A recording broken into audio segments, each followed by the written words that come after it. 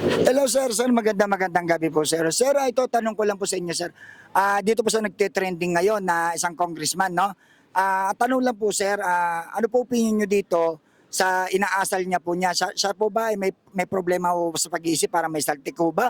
O sadyang may pinaglalaban lang talaga itong si Kiko Barsaga na nagte-trending ngayon sa social media?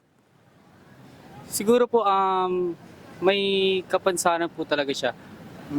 Pero sa iba po kasi masasabi po natin na it's either na for entertainment only or may ano po talaga siya. Pero sa ngayon po, kagaya po ng sinabi ng iba, Ah. kailangan po natin siyang paimbestigahan dahil nga po may ipinaglalaban po siyang or what? May ipinaglalaban po siya dahil po siya ay isang congressman. Oh.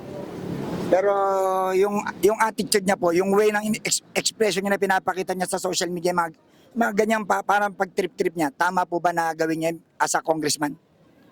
Siguro po yung mga pantitrip niya po hindi po akma sa pagiging congressman niya sapagkat meron po siyang ipiglalaban at bilang congressman kailangan ikaw po yung maging way para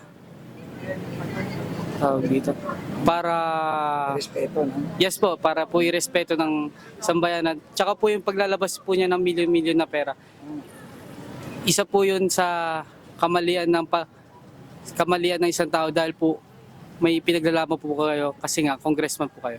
So hindi tama na naglalabas-labas siya ng mga ganong palaking pera, congressman pa naman siya, di ba? Opo. Ako, salamat po sir. Thank you po.